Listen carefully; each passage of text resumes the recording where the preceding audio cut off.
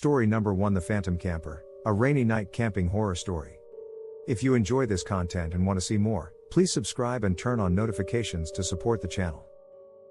It was supposed to be a weekend getaway for James and his two friends, Mike and Sarah. They had planned the camping trip for weeks, excited to escape the city and immerse themselves in the tranquility of nature. The forecast had predicted rain, but they were undeterred. They packed their gear, loaded up the car, and set off for the remote pinewood forest, a place known for its serene beauty and dense, towering trees. The drive to the campsite was uneventful, filled with laughter and anticipation. They arrived at the designated area in the late afternoon and quickly set up their tents. As the sky grew darker, the first raindrops began to fall, tapping gently on the tent fabric. The trio huddled around the campfire, sharing stories and roasting marshmallows, their laughter echoing through the forest.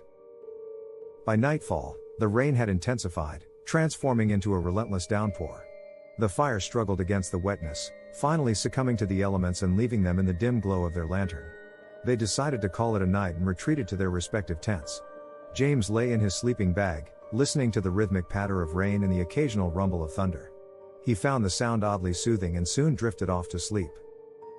Sometime in the early hours of the morning, James awoke with a start. He couldn't pinpoint what had roused him, but he felt an uneasy sensation creeping over him. The rain had subsided to a gentle drizzle, and the forest was eerily silent. He checked his watch. It was just past 3 a.m. As he lay there, straining to hear any unusual sounds, he noticed something peculiar. Through the thin fabric of his tent, he could see a faint, flickering light in the distance.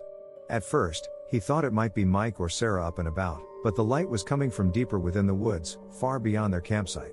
Curiosity getting the better of him, James unzipped his tent and stepped out into the damp, chilly night. The light was still there, moving slowly among the trees. He hesitated, wondering if he should wake his friends, but decided against it. It was probably nothing, he told himself.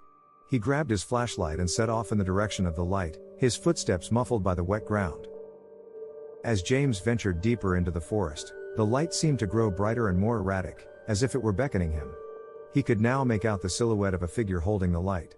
His heart raced, a mixture of fear and curiosity propelling him forward. He soon realized he was far from the campsite, and the forest around him had taken on a menacing quality. The trees loomed overhead, their branches like skeletal hands reaching out to ensnare him. The air was thick with the scent of damp earth and decay. Suddenly, the light stopped moving. James halted in his tracks, his flashlight beam illuminating the scene before him. Standing in a small clearing was a lone figure, a man dressed in tattered, outdated clothing, holding a lantern. The man's face was obscured by the shadows, but James could feel his gaze, cold and piercing. "Who are you?" James called out, his voice trembling. The man did not respond. Instead, he slowly raised a hand and pointed behind James. James turned, his flashlight revealing a cluster of old, weathered gravestones. His blood ran cold as he realized he was standing in an abandoned graveyard, one that wasn't marked on any map of the area. He turned back to the figure, but the man had vanished, leaving the lantern flickering on the ground. Panic surged through James. He picked up the lantern, hoping it would provide more light than his flashlight, and began to make his way back to the campsite. Every rustle of leaves and snap of twigs sent his heart racing. He felt as if unseen eyes were watching his every move. After what felt like an eternity, he finally reached the campsite. Mike and Sarah were still asleep, oblivious to his ordeal. James hurried to wake them, his words tumbling out in a frantic rush as he recounted what had happened. They were skeptical at first, but the fear in his eyes convinced them something was amiss. The three of them decided to pack up and leave immediately. As they hurriedly gathered their belongings, James glanced back into the forest one last time. He could have sworn he saw the faint flicker of the lantern, and the outline of the phantom camper watching them from the shadows.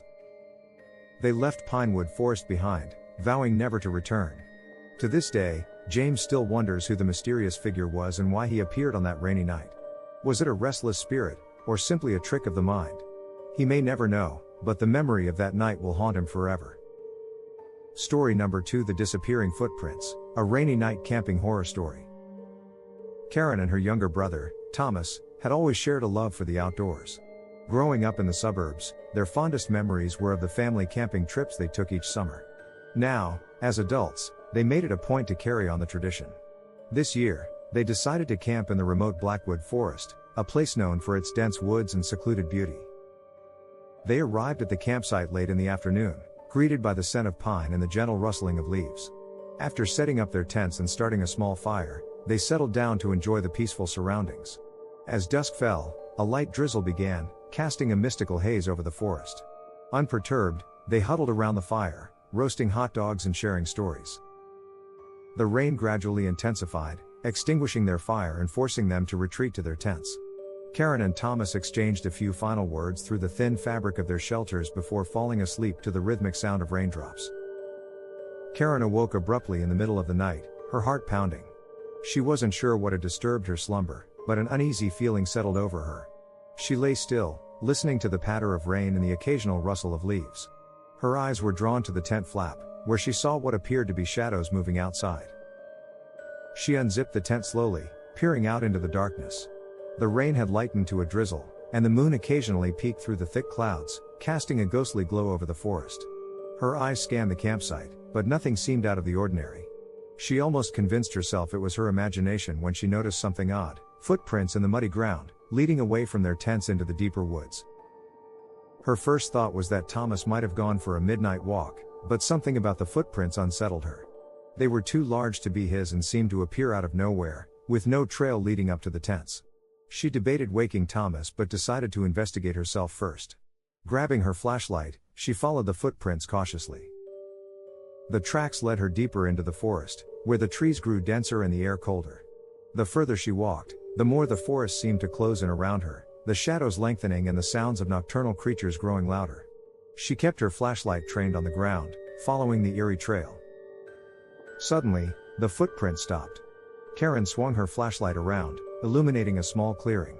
In the center stood a dilapidated cabin, its windows dark and its roof sagging under the weight of time. The footprints led straight to the front door, then vanished as if the person had simply disappeared.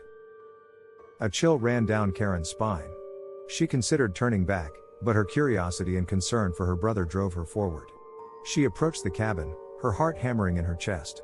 The door was slightly ajar, creaking softly in the wind. She pushed it open and stepped inside, the wooden floorboards groaning under her weight. The interior was as eerie as the outside. Old furniture lay scattered and broken, cobwebs hung in the corners, and the air was thick with the smell of damp and decay.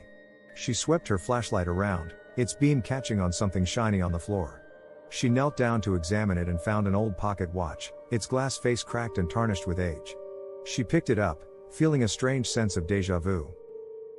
As she stood up, she heard a noise behind her, a soft, shuffling sound. She spun around, her flashlight flickering and revealing a shadowy figure standing in the doorway. It was tall and gaunt, its features obscured by the darkness.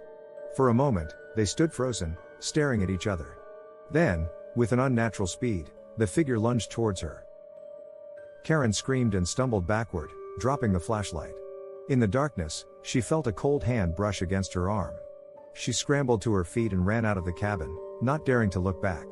She followed the faint glow of the moon through the trees, her breath coming in ragged gasps. She burst into the campsite, her heart pounding. Thomas was standing outside his tent, looking bewildered and half awake. "Karen, what happened? Where did you go?" he asked, his voice filled with concern. "I saw something.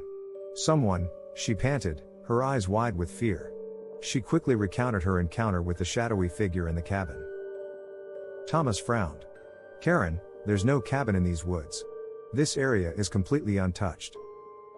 She insisted, describing the cabin and the pocket watch she had found. To her surprise, when she looked at her hand, the watch was gone. There was no evidence of her encounter, no footprints, nothing. They decided to leave immediately, packing up their gear in record time. As they drove away from Blackwood Forest, Karen couldn't shake the feeling that they were being watched. Later, they learned from a local historian that there had indeed been a cabin in those woods, long ago.